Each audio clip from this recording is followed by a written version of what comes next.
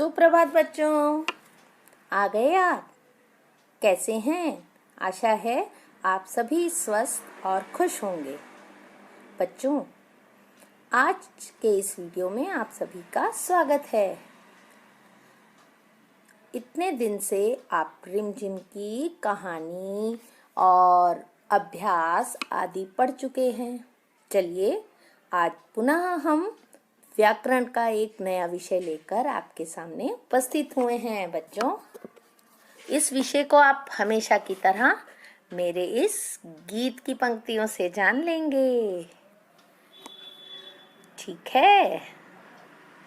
हमारा काम करो, कुछ काम करो, खेलो कूदो पढ़ो लिखो, चलते फिरते डटे रहो। समझे नहीं? और सुनिए बच्चों, क्रिया यही बताती है, काम करना सिखाती है।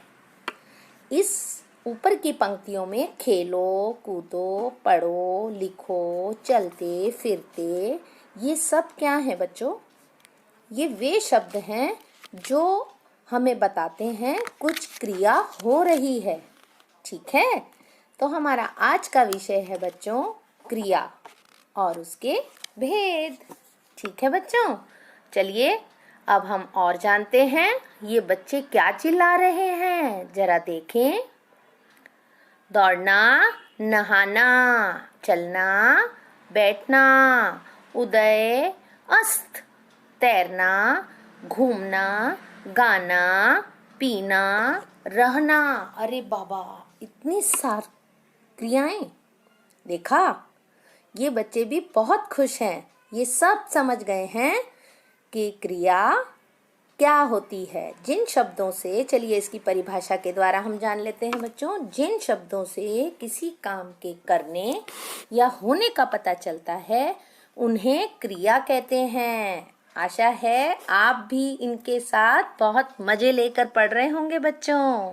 ठीक है, चलिए अब हम जानते हैं क्रिया के जानने योग्य बातें। कुछ हर एक जो भी हमारा विषय होता है उसमें कुछ ऐसी खास बातें होती हैं जो आपके लिए जानना बहुत विशेष होता है बच्चों। चलिए अब ये क्रिया असल में क्या है? ठीक है, इसके मूल रूप को धातु कहते हैं। आप लोग अब संस्कृत भी पढ़ रहे हैं, संस्कृत में भी आपने जाना धातु यानी क्रिया। ठीक है, तो हिंदी में भी उसे मूल रूप को धातु ही कहा जाता है बच्चों। जैसे आ, खा, पी, सो, चल, हंस, कह आदि। अब ये तो मूल है बेटा। इसमें हंस से हंसना, हंसते हैं, हंसोगे, हंस रहा है, ये सब क्रियाएं बनती हैं। ठीक है बच्चों, और जानिए इन धातुओं में ना, ता लगाकर क्रिया के सामान्य रूप बनते हैं। जैसे देखिए जरा, खा धन ना खाना, आ धन ता आता।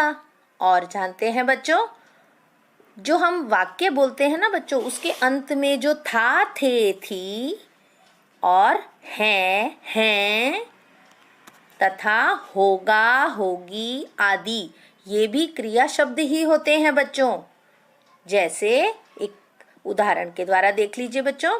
आज रविवार है तो अंत में आया है। कल शनिवार था, अंत में आया था। कल सोमवार होगा तो इसके अंत में आया होगा। अर्थात है वर्तमान काल, था भूतकाल और होगा भविष्य काल। ठीक है, ये भी क्रिया के ही रूप है बच्चों। ठीक है, और जानते हैं बच्चों, कभी कभी क्रिया जो होती है वो लिंग, वचन और कारक के बदलने पर अपना रूप बदल लेती है। और बच्चों सबसे महत्वपूर्ण बात, कोई भी वाक्य बिना क्रिया के पूर्ण ही नहीं होता। ऐसे वाक्यों को हम अपूर्ण वाक्य कहते हैं। समझे? आइए एक बार लिंग, वचन और कारक बदलने से क्रिया के रूप को देख लेते हैं। लिंग बदलने पर, जैसे मोर नाचता है तो मोरनी नाचती है। नाचता क्या बन गया? नाचती, क्योंकि मोर मोरनी। लिंग बदल गया बच्चों। और देखिए वचन बदलने पर कैसे होता है। वचन यानी एक या अनेक। तो छात्र लिखता है, एक छात्र है, और छात्र लिखते हैं। देखा, अनेक, दो या उससे भी अधिक जितने भी हो वो सब बहुवचन कहलाते हैं। तो उसमें हैं हो जाता है और एक के लिए बिना अनुस्वार वाला है आता है। समझे बच्चों। और देख लीजिए कारक बदलने पर। कारक आप जानते हैं ना, हिंदी और संस्कृत में समान होते हैं। कर्ता ने, कर्म को, करण से, के द्वारा आदि। ठीक है बच्चों। तो कारक के बदलने से भी क्रिया बदल जाती है। जैसे राहुल ने चम्मच से खाया। राहुल चम्मच से खा रहा है। क्यों बच्चों, आप समझ रहे हैं ना। मैं आशा करती हूँ आप बहुत ही अच्छे तरीके से समझ रहे होंगे। प्रत्येक वीडियो जो आपके द्वारा बनाए जाते हैं उसे ध्यान पूर्वक देखा कीजिए और सुना कीजिए। आप सभी का धन्यवाद बच्चों।